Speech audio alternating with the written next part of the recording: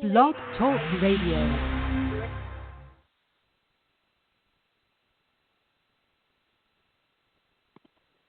Good morning, ladies. Welcome to Unmasked Identified Radio. I am your host, Jeray Black.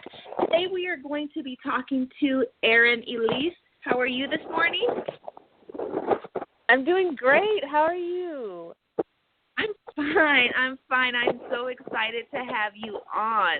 You know, it is a blessing that you are on. We were supposed to have this scheduled a couple of days ago, but, you know, God be the glory. A moment to introduce yourself to the audience, please. Sure. Hey, everyone. How are you today? My name is ERIN ELISE, and I specialize in writing, speaking, and motivating women all over the world. I am the author of a blog called breadcrumbsoffaith.com, where I help women to discover their path, their purpose, and their potential through Jesus, through Christ. And I've traveled for the past 2 years with my workshops, helping women to essentially discover and live the life that God has ordained for them to have. And so that's a little bit about me. Mm-hmm. That's very beautiful.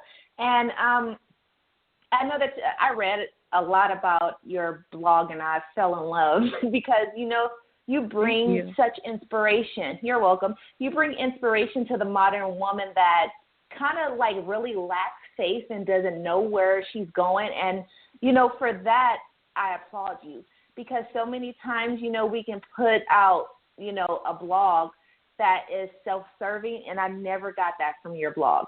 I've always, like, even if I'm going through something in my day, I'm all like, okay, well, I look up and then it'll be like a midweek pick me up from your your email. And I'm all like, okay, Lord, what are you trying to say? And I got that today, and I'm all like, okay, well, I have to make sure that I read that. So can you tell us what you wrote about today, just like a little breakdown of it so they can know what to go look for on your site? Yeah, totally. For my midweek motivation today, I wrote about giving your baggage to God, because I believe that a lot of us, we go through things in life where we feel like, you know, we're stuck with the pain of something. We're stuck with the memory of something. We're like stuck with the shame of something, right? And so I used to think that I was just kind of left to pick up the pieces of whatever was left in my life. You know, like, okay, well, I've had this messed up time. I've had this messed up situation happen.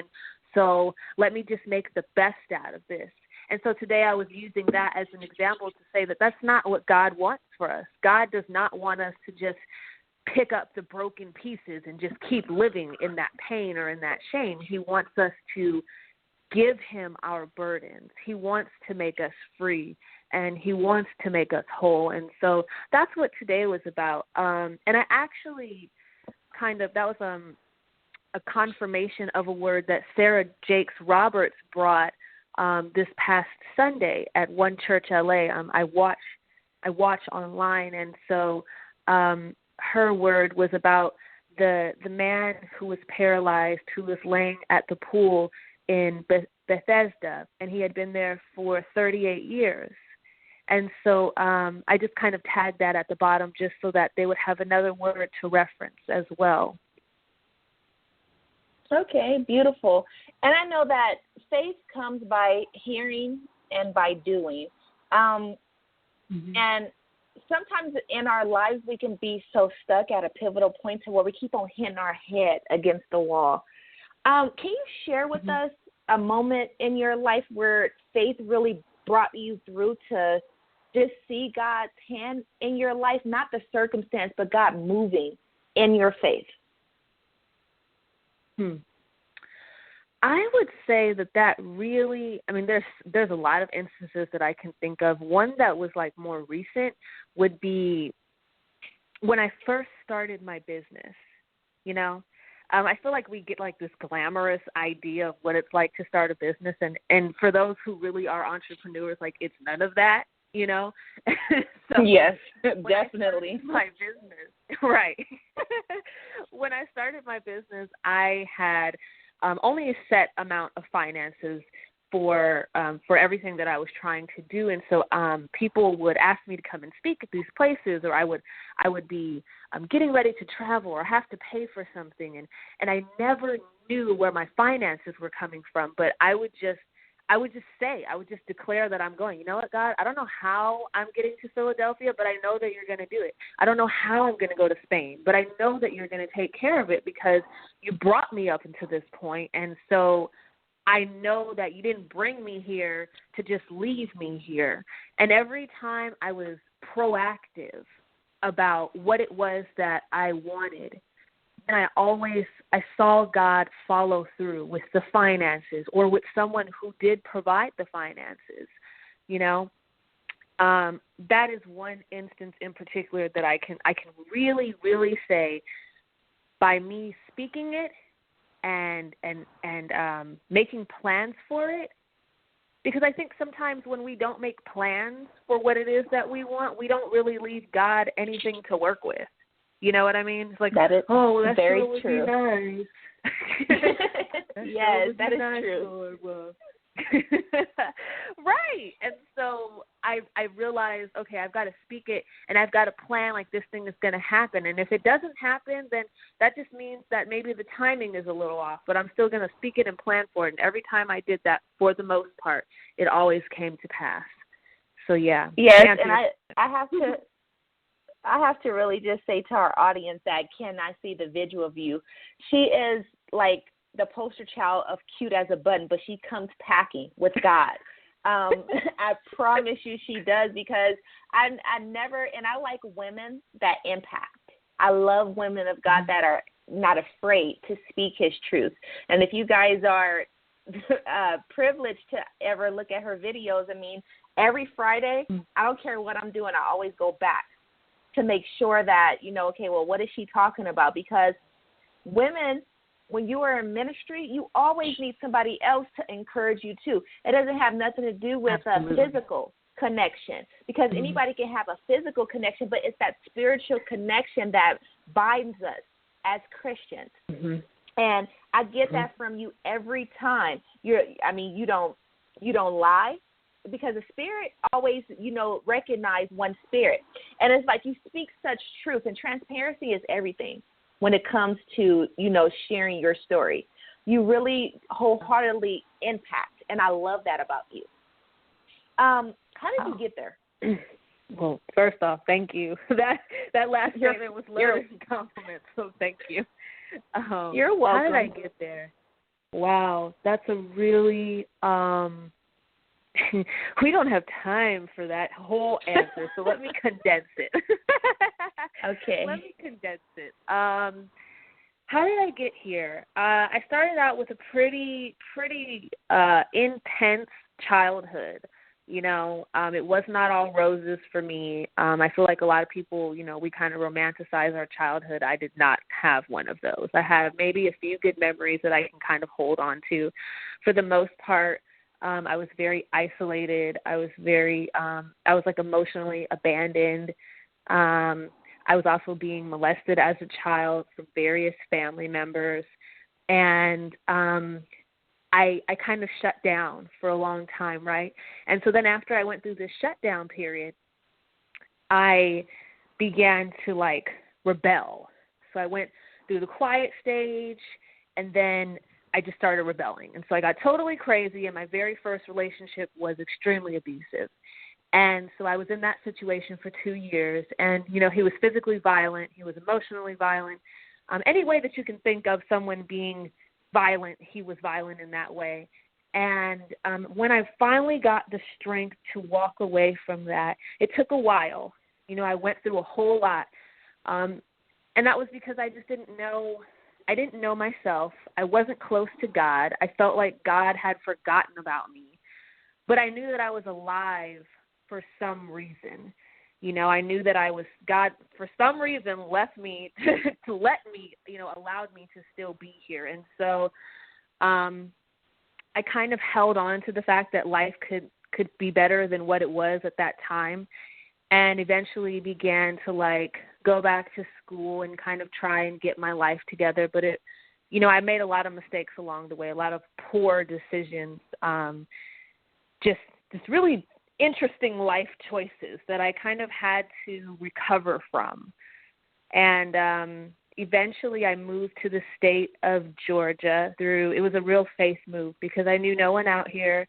I had $60 in my pocket, and I just started from the bottom up.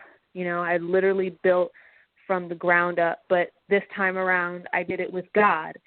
And I found a church, which was a place that I had never really liked growing up. I found a church at the right time with the right people, and eventually began to develop a close relationship with God.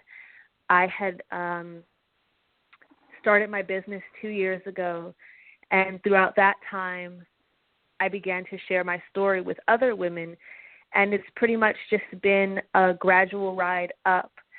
So it's kind of a long-winded but very short and condensed version of of what is my life. So, yeah. And you know what? It will take a long time because you sound like you have really, really persevered on everything that you came through. And a lot of people don't live to tell what you have gone through. And I applaud you for that because I know that at some point in your life, talking about it probably wasn't easy, but when God heals, he delivers. He doesn't do it a little bit. He does it all the way. And for the women that are struggling in their faith, your blog, The Real Thing of, it's just a title of what you chose, Breadcrumbs of Faith, because they say that in the Bible that we have to have faith as a grain of a mustard seed. So it's like every time you go forth and the enemy tries to knock you back, you still got to go forth and, plant seeds of, okay, God, I know this has happened, but I know that you're going to see me through it. How would you minister this to other women to say, you know what, no matter what it looks like, because you just shared your heart, like, how do you encourage them to, stay on their post when, things are just going this way and that way? How do you encourage them to hold on to God? I think the main thing to always remember is everything is not what it appears to be. We're in a specific place in a specific time going through things, whatever that thing is. And sometimes that thing becomes all that you can see. That situation becomes all that you can see, and you're not able to see beyond that moment.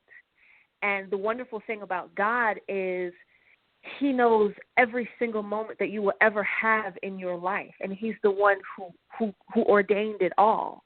And so when you are able to hold on to God in those moments where you can't see outside of the situation that you're in, what you're saying is, God, I trust you, and I believe that you know more than I do. You see beyond what I can see, and so I'm holding on to that. I'm holding on to you to get me through this time because that's all I can see. And it's just like what you said. It's faith. Faith is the substance of things unseen, right? It's the evidence of what we cannot tangibly touch or see. So when we hold on to God, we're saying, I believe that there's something more than this. And even if I can't see it, I trust you. So that's what I would say. I would say that that's why we hold on to God. And if you're struggling with that, to just ask God to help you in that area, to help you to see more than this moment, to help you to see beyond your pain and to help you to see beyond your circumstances. And he will. He will. And at the very least, he will give you the strength to make it through that time. That's beautiful. What is a day in the life of Miss ERIN? Because you do so much. It seems like you're the type of person that goes from you use the whole 24 hours, including sleep. So How do you, because I do, and I know I recognize that because it's like when you hop on your Facebook page, it's like, bam, I'm right here. I just got in the car, but we are going to do this because while I'm stopping or before I'm going, I recognize that because I do the same thing. But how do you keep God first in your life being so busy? That's a good question. I know who I am without him. And that is what keeps me in his presence. It forces me, it brings me to his presence every day because I know what my life is like without him. I know who I am without him, and I understand why I need him and why I love him. It's also love. It's not just like I need, give me God. You know, it's I love you. I thank you. And I always want to feel, I just want to constantly feel you near me because I've gone so long without that feeling growing up, you know. And so I just prioritize, to be honest. I'm not great when it comes to time management. I can help other people, but when it comes to my time management, sometimes I'm like, like I'm running. I'm figuring things out. And yes, I'm timely and I do things okay, but really what it is every morning I wake up, I pray. That's the first thing that I do. I pray, I read, I get my word, and then I move forward. I go exercise, I'm off to whatever else is next. But the priority is because I know and I've seen my life without him. Mm-hmm. That's really powerful. So it's I recognize that in myself, but I never look at it like the way that you just broke it down. It's like, okay, Lord, here you are, and then here I am. If you move, then I don't want to go back to what I was before you. I let that resonate with me because that is very powerful. That's very, very powerful. How often do you write? Like, how often is it once a week, twice a week? Because I really want women to connect with you because you have so much to provide from them through just your words, just whatever you do, because you are a blessed woman. Oh, thank you. You're welcome. Thank you. I write multiple times a week. On the blog, you probably would receive about 3 emails from me a week. If I have a feature for the week, you'll get that on Monday. I give you some midweek motivation on Wednesday.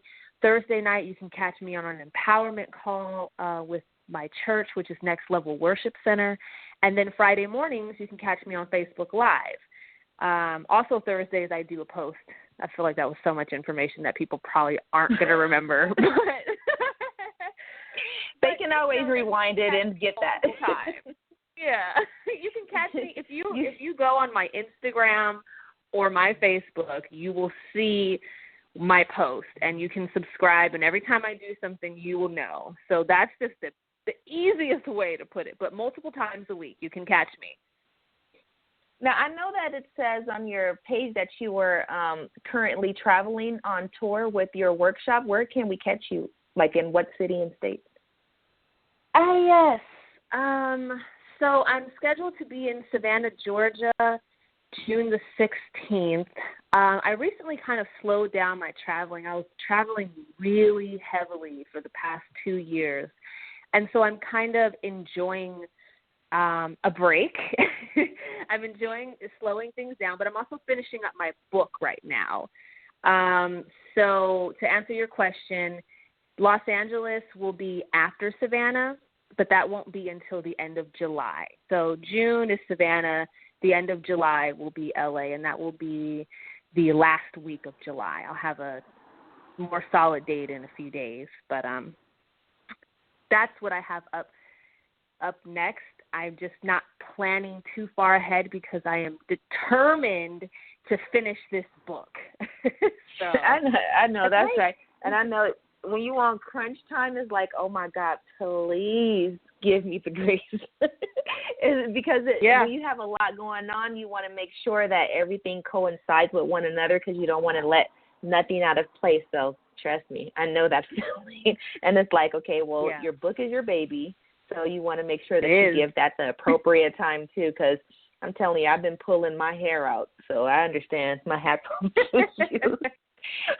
We need grace and faith to keep that, because I'm all like, Lord, work, and then more work, and then write, and I'm all like, I missed the bed. So trust me, I do understand. You've been through what most women are afraid to touch. How would you encourage somebody just to leave a relationship that you just talked about, or to, you know, get the strength to share and utilize their story to help someone else? Firstly, understanding that it could happen to anyone if we are not aware. Some people trick us, and then sometimes we're not aware of the pain that we're not dealing with and what we attract, right? So firstly, we have to understand that if you're in an abusive relationship, there's nothing to be ashamed about. There's not something that's wrong with you that made you deserve that type of treatment. But the most important thing to realize is, now that you are in that space, that you've got to get away, that you deserve to get away. You deserve a better life. And so I would seek God, but I would also seek active help, finding someone that you can trust, whether it be someone at a community center or on a hotline that you can call, like depending on your situation, you know, depending on how extreme it is. But finding someone that can help you get out of that situation. Keeping communication open with God and praying for a way out. I would also say, I'm trying to remember the last part of your question. I'm trying. What was the last part? It's okay. I'll help you. You covered the first part. It was just like, and how would you encourage them to use their story to help other women? Yes. That's still a lot of that first answer. People need the truth. No one gets helped or have their life changed by someone pretending to have it all together.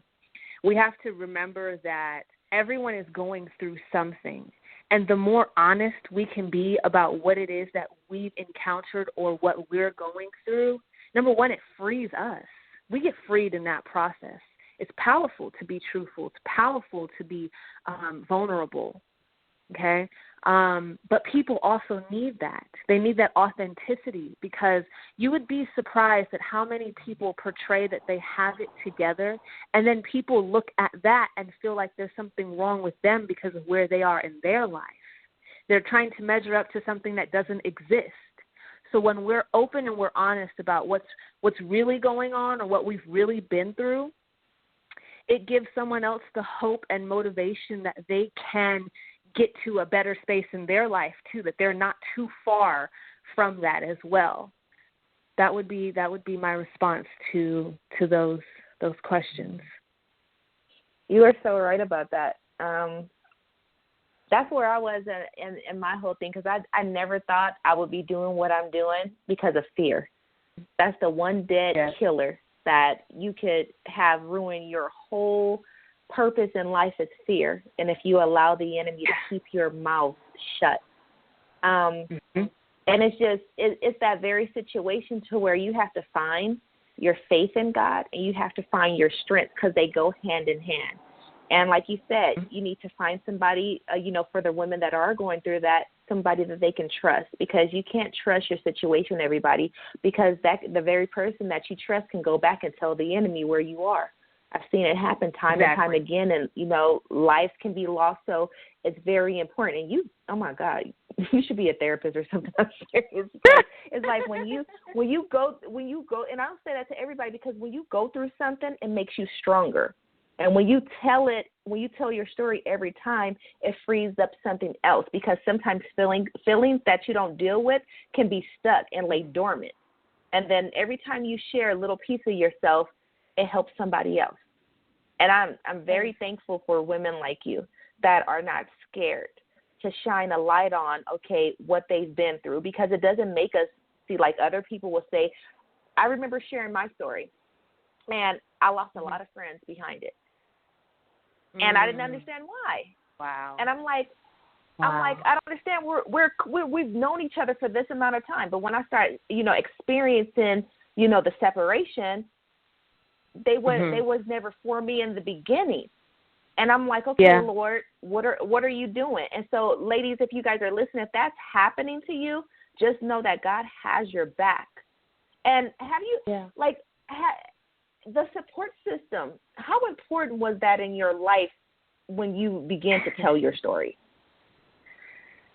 It's so important because you need to know that someone has your back. You need to feel like at least one person believes in you. And sometimes, unfortunately, it may just be God and you in your corner.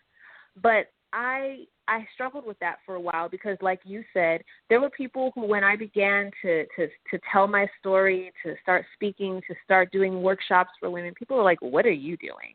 And they were giving me, strange looks and stop talking to me. And I had to realize that some people cannot embrace where you're headed or who you're becoming, because all they want, the only version of you that they know is that broken version, and they can't get with the new version of you. And so I began to pray for God to give me the right women. And I have amazing mentors now. I have two amazing mentors who have been there with me through the way and have given me more than the individuals that I lost could ever give me. And it's important to realize that when people step back from you, that they're actually doing you a favor, because you don't want to carry that dead weight. You don't want to have to convince someone, see, I can do it. See, I am worthy. See, it's like, no, let the people that believe in you and that support you do that for them. But you don't have to prove yourself to anyone, especially when God is on your side. I hope that answered your question. It did. You hit that right on the nail, because that went with everything that I knew you were going to say, because a lot of times people do look for a support system, and like you said, all you have to do is rely on God, because he knows everything that is going to happen, as you said earlier, in our lives. He knows when every tear we're going to cry. He knows the children we're going to have, who we're going to marry, who is going to be there in our corner. And the most valuable thing we have, there are three valuable things that we have as women: our relationship with God, our strength, and our truth. With that, that's all you need to be unbendable and unmovable in God. And I want to thank you. I really, truly want to thank you for sharing your truth. We have about 90 seconds left in the interview. If you can tell us where we can purchase tickets, because I'm coming, because I'm from Los Angeles, to your workshop. I'll be there. If it's available, or you're welcome. Can you let us know that? Yes. What you can do is follow me on social media. It's easier to just go to www.breadcrumbsoffaith.com. And as the events come up, I will have them listed in a new section of the website, and you will be able to purchase your tickets there. I don't have anything up currently as of now, but I will. So the best thing you can do is just head over there so that you're constantly in the know, and you're not looking for me. You know exactly where I am. So I just want to thank you for having me. This meant a lot. And I really appreciate everything that you do as well. And, keep it up. Women, we need stuff like this. We need people like you. So thank you. You're welcome. And as we're leaving, I just want to ask God that you protect ERIN, that everything that she sets her hands to do, that she will make it profitable. Let her reach the woman, Father God, and everything that is trying to come up against her, send it back to the pits of hell. We love her. Reach out to her, ladies, because she is phenomenal. Thank you again, and God bless. God bless you too. Bye-bye. Bye-bye.